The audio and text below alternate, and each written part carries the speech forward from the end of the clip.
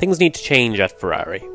It's been 15 years since Kimi Räikkönen crossed the line to become the last World Drivers' Championship that Ferrari had.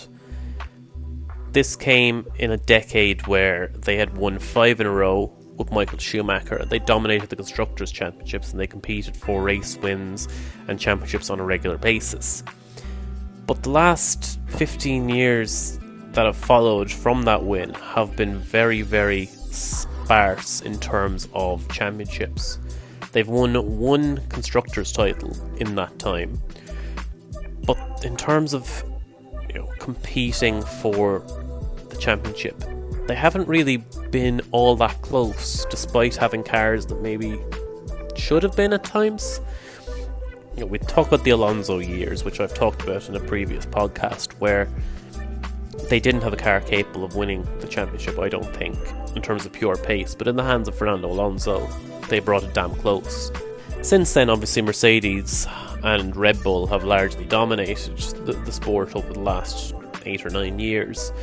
But in 2017 and 2018 in particular, I think Ferrari did have a car that was capable of challenging, and through a combination of driver faults and strategic errors, they managed to end up not being even anywhere near close enough to challenging Mercedes and challenging Lewis Hamilton. Then they had the very, very bad years, probably the worst years Ferrari have had in a number of years, when 2020 and then 2021.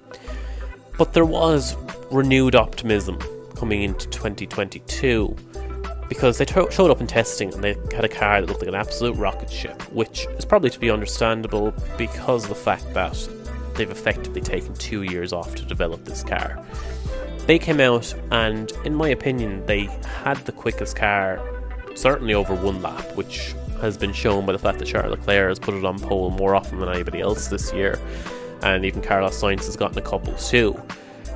And then when they came out in Bahrain on race day, they dominated. It was a 1-2. Granted, got a little bit of good fortune with Verstappen in particular having an issue, but Charles Leclerc had the measure of him that day. Verstappen would try and launch past him, Leclerc would just take the position right back, in that DRS battle, and it was great.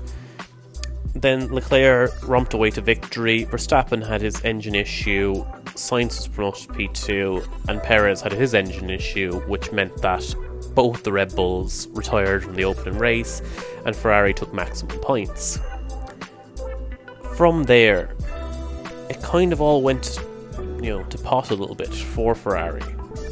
Some of the strategic calls this season have been absolutely baffling. And look, there has been some driver error on the part of Charles Leclerc and Carlos Sainz at times this season, but some of the strategic calls have been absolutely appalling.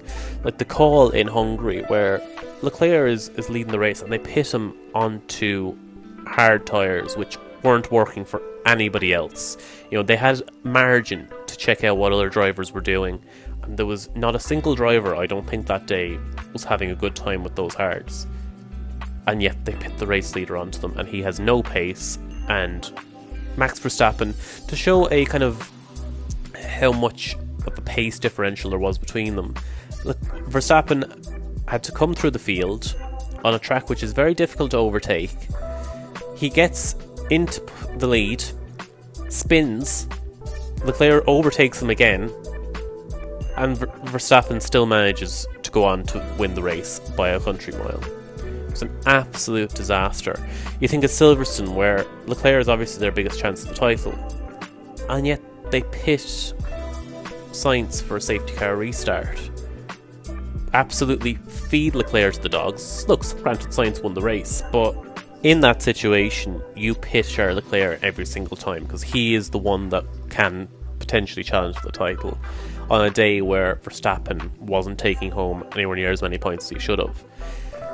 I think back to Spa, where they think they've got enough margin to pit Charles Leclerc to try and get the fastest lap, and he ends up behind Fernando Alonso, spends a lap trying to get past him, ruins his tyres a little bit, then gets done in for speeding in the pit lane on the way in because the sensor didn't work. he doesn't get fastest lap and he ends up behind Fernando Alonso. Just needless errors have absolutely cost Ferrari all season.